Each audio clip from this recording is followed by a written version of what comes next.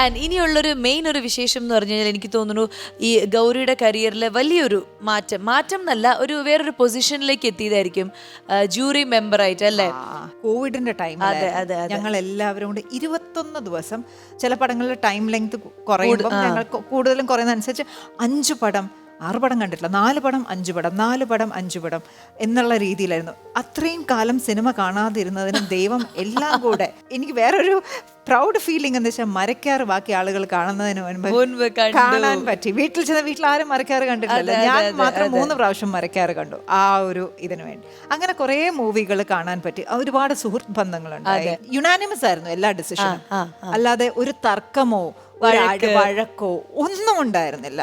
ആ 21 ദിവസം കഴിഞ്ഞ് എല്ലാവരും പിരിയുമ്പോ നമ്മുടെയൊക്കെ കണ്ണ് നിറയെ ആ 3 ആഴ്ച പോയത് ഞങ്ങൾ അറിഞ്ഞില്ല. പക്ഷെ അത് ലൈഫിൽ ഒരു വലിയൊരു മറക്കാനാവാത്തൊരു, ഇപ്പോഴും അതും 50th ആണ്, വളരെ ഇമ്പോർട്ടന്റ് ആയിട്ടുള്ള ഒരു വർഷമായിരുന്നു 50th കേരള ഫിലിംസ്. അതും അന്ന് അവാർഡുകളൊന്നും ബാക്കി നടന്നിട്ടില്ല. കേരള സ്റ്റേറ്റ് ഫിലിം അവാർഡ് മാത്രമാണ് അന്ന്. നാഷണൽ അവാർഡൊക്കെ പിന്നീടാണ് അനൗൺസ് ചെയ്തത്. ഒരുപാട് മൂവികൾ കാണാൻ സാധിച്ചു. ഒരുപാട് കാര്യങ്ങൾ മൂവിയെക്കുറിച്ച് മധുവമ്പാട് സാറിന്റെ കയ്യിൽ നിന്നൊക്കെ ഒരുപാട് കാര്യങ്ങൾ അറിയാനും മനസ്സിലാക്കാനും മൂവിയെ വേറൊരു പെർസ്പെക്റ്റീവിൽ കാണാനും നമുക്ക് സാധിച്ചു. അപ്പൊ ഞാനിപ്പോ കുറെ ചോദ്യങ്ങളൊക്കെ ചോദിച്ചു, അതിനുള്ള ഉത്തരവൊക്കെ കൃത്യമായിട്ട് കിട്ടി. പക്ഷെ വേറൊരാൾ ഒരു ചോദ്യവുമായിട്ട് ഇങ്ങനെ ഇവിടെ LED ഇപ്പൊ വരും. ആ ആളുടെ ചോദ്യത്തിനും കൂടി ഉത്തരം പറയണം. ഓക്കെ, അതാരായിരിക്കും നമുക്ക് എന്തായാലും ഒന്ന് നോക്കാം. Hi Gauri, how are you? Gauri, ഞാനും കൂടെ കുറേ വർഷങ്ങൾക്ക് മുമ്പ് മേലെ വാരത്തെ മാലാഖക്കുട്ടികൾ എന്ന സിനിമ ചെയ്തിരുന്നു. അത് മാത്രമല്ല കുറേ സ്റ്റേജ് ഷോസ് എല്ലാം നമ്മൾ ചെയ്തിട്ടുണ്ട്. ഗൗരി എൻ്റെ വീട്ടിൽ വന്നിട്ടുണ്ട്, ഞാൻ ഗൗരിയുടെ വീട്ടിൽ കോഴിക്കോടിൽ പോയിട്ടുണ്ട്. So we were good friends. അപ്പോൾ പക്ഷെ മേലെ വാരത്തെ മാലാകുട്ടികൾ ചെയ്യുമ്പോൾ തന്നെ ഗൗരിയൊക്കെ എന്താ പറയണേ, ഒരു അവാർഡ് വിന്നിങ് ആക്ട്രസ് ആയിരുന്നു. എന്നെക്കാൾ 2-3 വർഷം സീനിയർ ആയിരുന്നു. പക്ഷെ അതിൻ്റെ ഒരു എയർസോ അതിൻ്റെ ഒരു ജാടയോ ഒന്നും ഇല്ലാതെയാണ് നമ്മുടെ അടുത്തൊക്കെ ബിഹേവ് ചെയ്യുന്നത്. She such A sweet person. You are such A sweet person. So എനിക്കിന്ന് ഗൗരിയുടെ അടുത്ത് ചോദിക്കാനുള്ള 2 ക്വസ്റ്റ്യൻസ്. ഒന്ന്, ഗൗരിയുടെ ജീവിതത്തിൽ നിന്ന് ഒരു ദിവസം ഒന്നുകൂടി ജീവിക്കാനുള്ളൊരു അവസരം കിട്ടുവാണെങ്കിൽ അത് ഏത് ദിവസമായിരിക്കും ജീവിക്കുക? ആൻഡ് അതേപോലെ ഒരു ദിവസം അങ്ങ് തേച്ച് മാച്ച് കളയാണ്, ആ ദിവസം എക്സിസ്റ്റേ ചെയ്തിട്ടില്ല എന്നുള്ള രീതിയിലാക്കാൻ പറ്റുവാണെങ്കിൽ അത് ഏത് ദിവസമായിരിക്കും തേച്ച് മാച്ച് കളയുക? ഒരുപാട് മൊമെന്റ്സ് ഉണ്ട് അങ്ങനെ. അതിൽ പെട്ടെന്ന് എനിക്ക് തോന്നുവാണെങ്കിൽ നാഷണൽ അവാർഡ് റിസീവ് ചെയ്ത ദിവസം ആ റിസീവ് ചെയ്ത ദിവസം ഒരു പ്രാവശ്യം കൂടെ റീലിവ് ചെയ്യാൻ.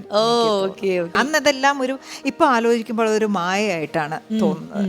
ഞാൻ പറഞ്ഞല്ലോ, അതൊരു ഫാന്റസി പോലെയാണ് തോന്നുന്നത്. ഇന്ന് എനിക്ക് അതൊന്നും കൂടെ ജീവിച്ചാൽ ആ ഒരു ദിവസം മാത്രം, ആ ഒരു മൊമെന്റ് മാത്രം. ഇനി വേണ്ട, ഇത് ഇനി അതിനെ കുറിച്ച് ഓർക്കേ വേണ്ട, അല്ലെങ്കിൽ അത് വരിയേ വേണ്ട എന്നുള്ള മൊമെന്റ് ഏതായിരുന്നു? അഭിരാമി ചോദിച്ച പോലെ പല സമയത്തും എൻ്റെ ഡാഡി ഹോസ്പിറ്റലൈസ്ഡ് ആയിട്ട്, വയ്യാതെ ആയിട്ട് ഹോസ്പിറ്റലൈസ്ഡ് ആയിട്ടുണ്ട്. പ്രത്യേകിച്ച് എൻ്റെ ഡാഡിക്ക് ഒരു കാർഡിയാക് അറസ്റ്റ് വന്ന് ഹോസ്പിറ്റലൈസ്ഡ് ആയിട്ടുള്ള ഒരു സംഭവം. അതിന് തലേ ദിവസം ഞങ്ങളെല്ലാവരും സന്തോഷിച്ചിരുന്ന് ഞങ്ങൾ ഒരുമിച്ച് കണ്ട് വർത്തമാനം പറഞ്ഞ് ഞാൻ തിരിച്ച് അവരന്ന് കാലിക്കറ്റിലായിരുന്നു, ഞാൻ തിരിച്ച് കൊച്ചിക്ക് പോകുന്ന ദിവസമായിരുന്നു. മിഡ് നൈറ്റാണ് കാലിക്കറ്റിൽ നിന്ന് കൊച്ചിയിലുള്ള ഫ്ലൈറ്റ്. അപ്പം അന്ന് എല്ലാവരും സന്തോഷിച്ചെല്ലാം ഇരുന്ന്, അപ്പോൾ ഡാഡിക്ക് ഒരു ഗ്യാസിൻ്റെ പോലെ വേദന ബാക്കിൽ തോന്നി. അപ്പോൾ ഇടയ്ക്ക് ഗ്യാസാണ് എന്ന് പറഞ്ഞിരുന്നു. ഞങ്ങളും ആ ഒരു അതിൽ തന്നെയാണ് എടുത്തത്. ഞാൻ രാത്രി കൊച്ചിയിലെത്തി 12 മണിക്ക് എത്തി. 4 മണി ആയപ്പോഴത്തേക്കും എൻ്റെ ഫോൺ അടിക്കുന്നുണ്ടായിരുന്നു. ഞാൻ നല്ല ക്ഷീണമായിരുന്നു. ഞാൻ ഹസ്ബൻഡിൻ്റെ അടുത്ത് പറഞ്ഞു, ഡാഡിക്ക് കാർഡിയാക് അറസ്റ്റാണ്. വീണ്ടും ഹോസ്പിറ്റലിലോട്ട് പോയി. വീണ്ടും അതേ ബാഗ് ഞാൻ അൺപാക്ക് ചെയ്തിട്ടുണ്ടായിരുന്നില്ല, അതേ ബാഗ് തന്നെ എടുത്ത് ഞാൻ വീണ്ടും കാലിക്കറ്റിലോട്ട് പോയി. ആ ഒരു 4 ദിവസം ആ വെന്റിലേറ്ററിലും ഒക്കെ ആയിരുന്നു. ആ ഒരു സമയം എനിക്ക് അങ്ങനെ അത് ആലോചിക്കുകയും വേണ്ട. അങ്ങനെ ഒരു ദിവസം ആ ഒരു ദിവസങ്ങൾ, ആ ഒരാഴ്ച, അതെനിക്ക് ഇന്നും ആലോചിക്കുമ്പോൾ ഭയങ്കര ബുദ്ധിമുട്ടുള്ളൊരു കാര്യമാണ്. ശരി, അപ്പൊ അതാണ് അഭിരാമിയുടെ ചോദ്യത്തിനുള്ള ഉത്തരം. ആൻഡ് അഭിരാമി ഇവിടെ വന്നിരുന്നു, നമ്മൾ ഒരുപാട് വിശേഷങ്ങളൊക്കെ പറഞ്ഞു. അപ്പൊ അഭിരാമി എന്നുള്ള സുഹൃത്തിനെ കുറിച്ചിട്ട് എന്താണ് ഓർമ്മ വരുന്നത്? ഇപ്പൊ പെട്ടെന്ന് കണ്ടപ്പോ ഒട്ടും പ്രതീക്ഷയില്ലല്ലോ ഈ ആളായിരിക്കും. ഇല്ല, അവിടെ ഒട്ടും പ്രതീക്ഷയില്ല. ഞങ്ങൾ മേലേവാരത്തെ മാലാഖക്കുട്ടികൾ ചെയ്യുന്നതിന് മുൻപുള്ള ഞങ്ങളുടെ ഫ്രണ്ട്സ് ആയിരുന്നു. ഞങ്ങളുടെ ഫ്രണ്ട്ഷിപ്പായിരുന്നു. പിന്നെ ഞാൻ കാലിക്കറ്റിലുള്ള സമയത്തും ഞങ്ങൾ ഒരുമിച്ച് വരുമായിരുന്നു. പിന്നെ ഞങ്ങൾ ഒരുമിച്ച് അഭിനയിച്ചത് മേലേവാരത്തെ മാലാഖ. ആ സമയമായപ്പം അഭിയേക്കാളും സീനിയർ ആയിരുന്നു ഞാൻ. പക്ഷേ അന്ന് ഒരുപാട് എസ്റ്റാബ്ലിഷ്ഡ് ആയിട്ടുള്ള തമിഴിലും തെലുഗു കമലാസൻ സാറിൻ്റെ കൂടെയൊക്കെ അഭിനയിച്ച് അത്രയും ഒരു സ്റ്റാറായി.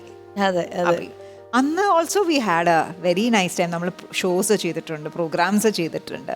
പിന്നെ എവിടെയോ ഇത് ഞാൻ പറഞ്ഞല്ലോ, കല്യാണം പോയി, അതെല്ലാം അബിയും ദൂരെ പോയി, അങ്ങനെ അങ്ങ്. പിന്നെ ഇടയ്ക്ക് എപ്പോഴോ ഞാൻ ഇൻസ്റ്റഗ്രാമിൽ എപ്പോഴോ കണ്ടിട്ടുണ്ട്. എന്നാൽ അത് very nice, so happy. Thank you so much. Okay.